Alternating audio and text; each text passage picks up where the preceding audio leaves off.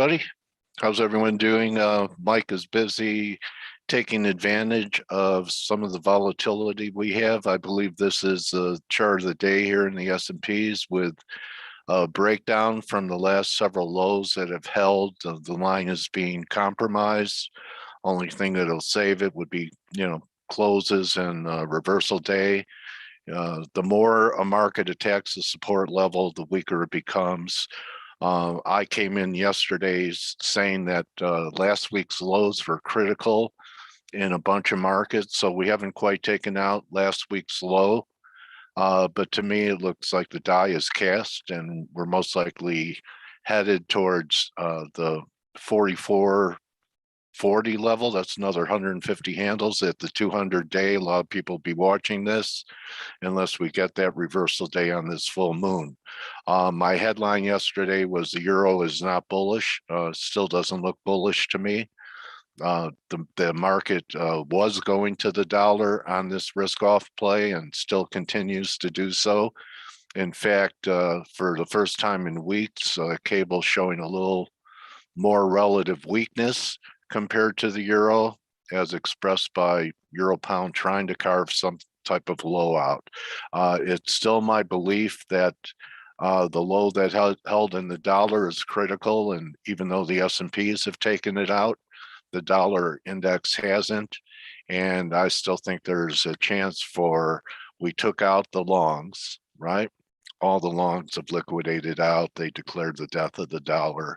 And also part of the fundamental rationalization was that part of the reason for the dollar break was the pressure on mega cap growth, mega cap tech, which is continuing today.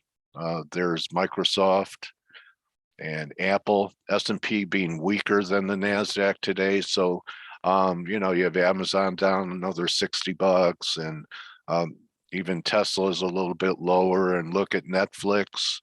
Netflix has broken down, left this gap and never caught up to it. So a lot of the mega caps are under pressure, and the dollar is still up. So to me, that's an important part of this our fundamental argument that we could shake out all the dollar bears before we get the big turn in the dollar. And in the dollar index, since they've taken all the longs out here, we're right back to this old support, new resistance. If we could clear 95.60 or so, I do believe there's at least one buy stop above this high at 96.90. This high as well was 96.93. So just like the longs capitulated under these lows last week of 95.50, I believe the bears will, the dollar bears will capitulate over this little double top here. And then I think we'll be close to this dollar rally terminating. Some very interesting action that I haven't seen in metals for a while. Silver started to squeeze to the upside after being about 10 cents lower. And gold at one point was down 10, rallied back to be unchanged on the day. It's been quite some time since I've seen silver up 40 cents and gold lower. So when I look at the miners, I wanted to know if there would be any differentiation between the gold miners and the silver miners, and actually there is. So, here's the junior silvers. Little pressure early on. I mean, it's not acting great, but in comparison to the gold miners, they're holding up better. As you could see, they're trying to reverse right here, whereas Newmont's trying to come back, but lower. And, Yamana's been acting pretty good. And, well, even GDX is coming back. So, maybe I'm going to miss the bottom in the precious metals with the action that we have here in silver. I still intend on being patient for it. And what I really want to see is where's gold and silver when and if the dollar index trades up to 98. So, I mean, that's still over 240 pips from here. And that's going to be a 111 euro or so. If the metals are still holding up then, and we're starting to get a dollar turn, for sure, no matter where the price of gold and silver is, that's going to be the time, because I'm more of a believer that gold is more of a currency hedge than an inflation hedge. And until we get a peak in the dollar, I'm not ready to commit to the long side of precious metals. Something that's very important that's setting up here, I talked about it yesterday, crude oil has taken out the high of the move, the high that we had before this real nice, $23 break. I tried to sell retracements. I talked about that yesterday. So now that we're at new highs, and this could also be a problem for the market, because the oil shares, that part of the market has been leading and holding up the market. So I just want you to take a look at the weekly chart. I'm not saying today is the top in the crude oil market, but as you can see, going all the way back to near the beginning of the year, near spring, right around spring, was our highest reading on the RSI in the oil market at this peak, okay? And then we had another new high, and we had lower readings, but well over 70. Then we had a pullback, and we had one more high up here, still over 70. But this time, at new highs with a potential third drive to a top, it may have 88, 86 and a half to 88 in it sometime this week. But if energy starts coming off, unless they rotate into tech, I don't see that as being a positive for the overall market, since it's been one of the stronger groups since New Year's over the last few weeks and going into New Year's. So I think if you're thinking about getting in oils here, I know that there's all kinds of great fundamentals. There always are near a market high. There's every reason in the world to own energy with what's happening with supply chain and potential geo risk with Ukraine and Kazakhstan and some Middle East risk. So it's most likely the market looks the best at the top and always looks the worst at the bottom down here when we actually went negative. So I'd be cautious. I'd be taking profits on long oil related issues here. Still think that there could be a pretty good break. This could end up being even some type of terminal formation for weakness into the spring. So that's something else I wanted to point out. Despite the huge risk off that we're getting, Japanese yen still as well holding last week's low right here, right around this 3.5 level, having trouble at the 115 level. But, with this kind of risk off, it's actually holding okay. I'm looking for a 3 here. If Friday's low holds, just like the dollar, a new high above this 116.35 level, maybe we could get a 117 level. And yields did at one point, the 10-year was trading at the 180 level. Just looking for it here. And now it's continuing to advance to 184. And we're really not diverging. We're actually confirming on the daily. So, we're getting these higher yields here. Maybe a rest, but this looked like a flag. So we could be at this 2% level in short order, maybe by the end of the month. Perhaps yields and the dollar peak at the same time, and the yen peaks at the same time, and the gold bottoms into that time frame. So that's still a narrative that I'm working on, working with. And the dollar is a petrocurrency, and I have to believe that demand for oil has also increased demand for dollars. So if we would have any kind of sharp correction in crude back towards 60 or 50 bucks, that too could be a negative for the dollar, as demand for petrodollars drops as the price of crude drops. So that's something else that you want to take into consideration. And very little flight to quality. In fact, none, as the bonds that we've made you aware of continue to crater. And, I've been showing this TLT chart for a while. We're at a very important level here. It's an uptrend that's lasted for a while. To me, I think destiny to take it out with some type of interest rate spike. I really can't think of any reason for me technically or fundamentally to look to buy the bonds now. After a big breakdown move down here, and 10 years are 2 or higher, the bonds may become attractive at that point. But right here, yields still look like they're headed higher, and I believe that's supportive for both US dollar yen to the upside, dollar to the upside, and most likely one more flush in the gold market. Actually, what I'm looking for in the gold market to prepare yourself for it, just in case I'm right, which happens occasionally, would be this speed line. And this would be the end of about a 1.5 year consolidation in the gold since its highs at near 2100. So, you know, it's still quite a distance away for me to want to buy this gold here. Silver, I thought I was going to have a chance at 2050. This still could be a little bear market rally that may succumb if liquidity issues follow. But it is an interesting sign because, you know, you can't argue with the weakness that we're seeing in the gold-silver ratio here.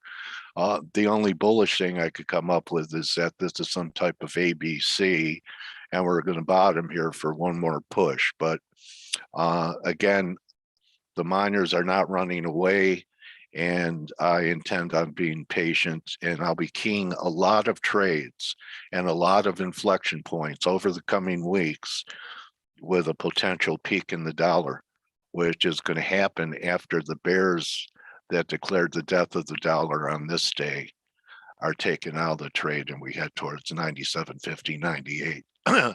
So that's what I'm laying for. Let's just, before I end this broadcast, one thing I want to mention is that, you know, right now we don't have a breakdown yet in S&Ps, although intraday we've spiked and taken out this channel line. We're back inside it, so maybe we do get a nice reversal here. You know, I used to anticipate candle closes, and you really don't know what type of candle you have until it closes. I don't care what the time frame is. This is a 4-hour, and at the end of a 4-hour candle, there's a big difference between it being a red candle with closes down here and a red candle so far with this kind of wick.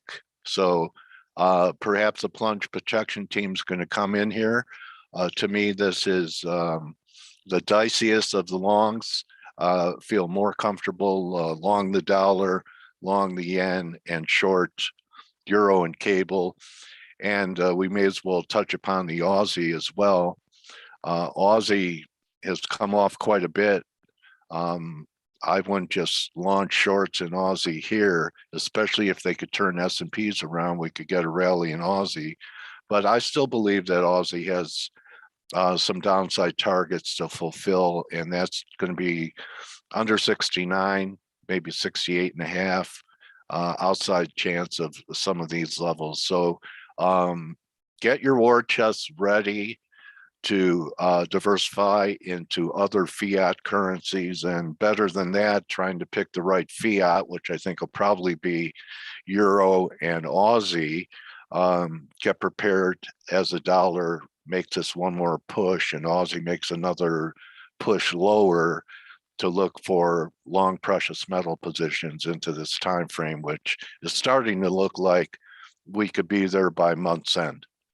So in the meantime, trade carefully. Remember, you can't call a candle till it closes. And even though we spiked under these lows, you have to be alert for a lookout.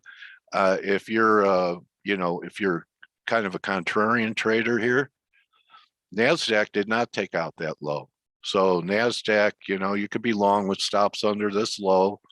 And if we get a turn today, I believe today is a full moon and a turnaround Tuesday. If we get a turnaround Tuesday in the market, I think that for this rally that NASDAQ may outperform the S&Ps.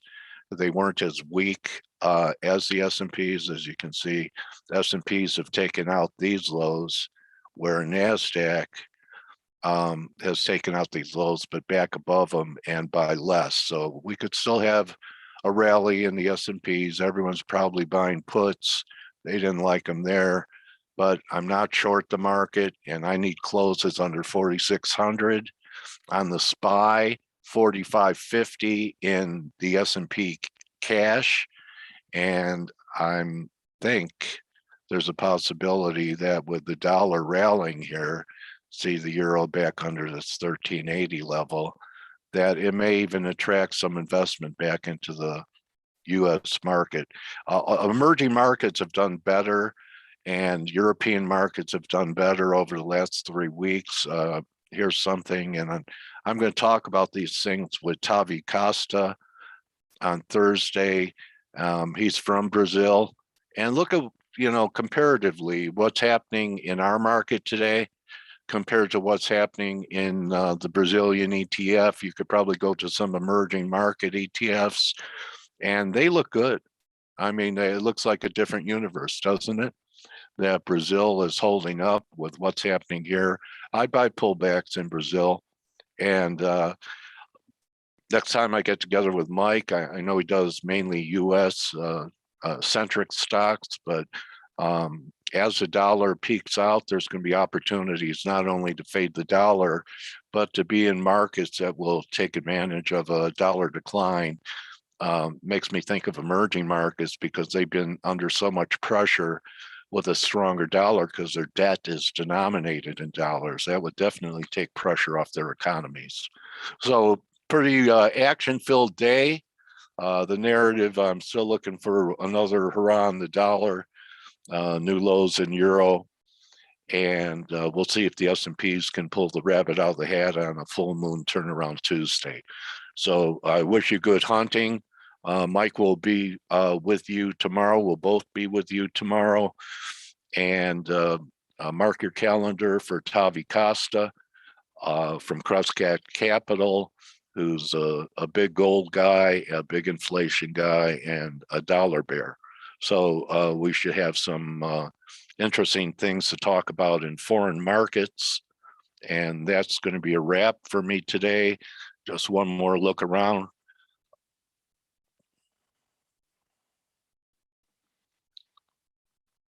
So the euro tried to break out of jail, right? And one of the things I've learned, and let's do this. I was short cable on that day. And cable just jammed me, stopped me out. But what I did do was just get out of the way. I got stopped out. But you know what a lot of people did?